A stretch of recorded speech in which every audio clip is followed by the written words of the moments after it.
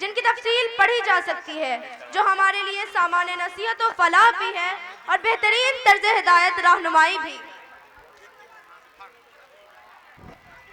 تو آئیے انہی قصوں میں سے 2 قصے لے کر آ رہی ہے بہن صادقہ علی درجہ حفظ سے اردو میں اور بہن ہیرا فاطمہ درجہ ہشتم سے انگلش میں۔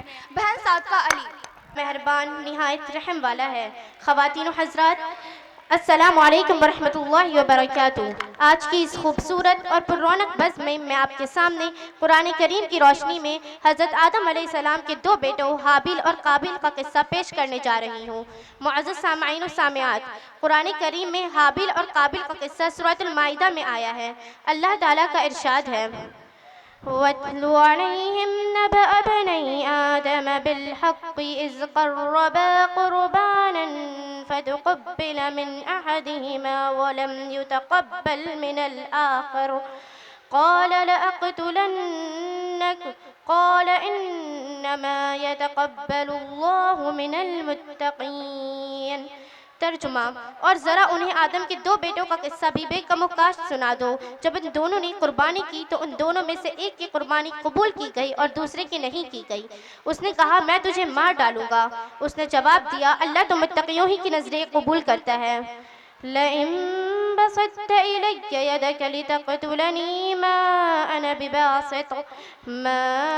بِبَاسِطٍ يَدِيَ إِلَيْكَ لِأَقْتُلَكَ إِنِّي أَخَافُ اللَّهَ رَبَّ الْعَالَمِينَ۔ اگر تو مجھے قتل کرنے کے لیے ہاتھ اٹھائے گا تو میں تجھے قتل کرنے کے لیے ہاتھ نہ اٹھاؤں گا، میں اللہ رب العالمین سے ڈرتا ہوں۔ إِنِّي أُرِيدُ أَن تَبُوءَ بِإِسْمِي وَإِسْمِكَ فَتَكُونَ مِنْ أَصْحَابِ النَّارِ وَذَلِكَ جَزَاءُ الظَّالِمِينَ۔ میں چاہتا ہوں میرا اور اپنا گناہ تو ہی سمیٹ لے اور دوزخی بن کر رہے، ظالموں کے ظلم کا یہی ٹھیک بدلہ ہے۔ فَطَوَّعَتْ لَهُ نَفْسُهُ قَتْلَ أَخِيهِ فَقَتَلَهُ فَأَصْبَحَ مِنَ الْخَاسِرِينَ۔ آخر کار اس کے نفس نے اپنے بھائی کا قتل اس کے لیے آسان کر دیا اور وہ اسے مار کر ان لوگوں میں شامل ہو گیا جو نقصان اٹھانے والے ہیں۔ خواتین و حضرات، یاد رہے قابل حضرت آدم اور حضرت حوا کا پہلا بیٹا تھا۔ اس کے ساتھ ساتھ اسے پہلا قاتل بھی کہا جاتا ہے۔ پیشے کے لحاظ سے کاشتکار تھا، جبکہ حابل چھوٹا بیٹا تھا اور پیشے کے لحاظ سے بھیڑ اور بکریاں چرایا کرتا تھا، جسے قابل نے قتل کر دیا۔ معزز سامعین، قابل نے اپنے بھائی حابل کا قتل تو کر دیا، لیکن اسے سمجھ نہیں آ رہا تھا کہ آخر اس مقتول کا کیا کیا جائے۔ پھر اللہ رب العالمین نے کوے کے ذریعے قابل کی رہنمائی فرمائی۔ اللہ رب العالمین کا ارشاد ہے، فَبَعَثَ اللَّهُ غُرَابًا يَبْحَثُ فِي الْأَرْضِ لِيُرِيَهُ كَيْفَ يُوَارِي سَوْءَةَ أَخِيهِ قال يا ويلتى أعجزت أن أكون مثل هذا الغراب فأوارئ سوءة أخي فأصبح من النادمين۔ پھر اللہ نے ایک کوا بھیجا جو زمین کھودنے لگا تاکہ اسے بتا سکے کہ اپنے بھائی کی لاش کیسے چھپائے۔ یہ دیکھ کر وہ بولا، افسوس ہے مجھ پر، میں اس کوے جیسا بھی نہ ہو سکا کہ اپنے بھائی کی لاش چھپانے کی تدبیر نکال لیتا۔ اس کے بعد وہ اپنے کیے پر بہت پچھتایا۔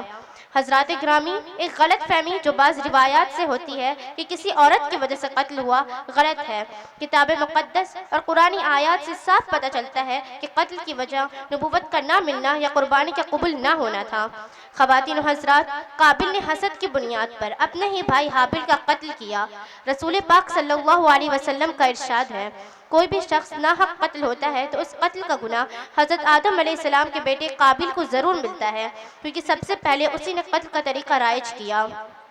حضرات، دنیا کے پہلے قتل سے لے کر اب تک بے شمار لوگ طبعی موت کے بجائے قتل ہو کر دنیا سے رخصت ہو چکے، مگر تاحال یہ سلسلہ رکا نہیں، بلکہ وقت گزرنے کے ساتھ ساتھ اس میں تیزی آتی جا رہی ہے اور نت نئے طریقوں سے لوگوں کو قتل کیا جا رہا ہے۔ آئے دن اس طرح کی خبریں آتی رہتی ہیں کہ نشے کے عادی نے ماں کو مار ڈالا، بیٹے نے زمین کی لالچ میں ماں اور 2 بہنوں کو قتل کر دیا، دوسری شادی سے روکنے پر سنگ دل باپ نے بیٹے کو قتل کر دیا وغیرہ۔ خواتین و حضرات، اسباب قتل قتل میں سب سے بڑا اور بنیادی سبب علم دین کی کمی ہے۔ مزید وجوہات میں جائیداد کا لالچ، غیرت، جھگڑے، جرم چھپانے کی کوشش، بغض، کینہ، حسد اور خاندانی دشمنی شامل ہے۔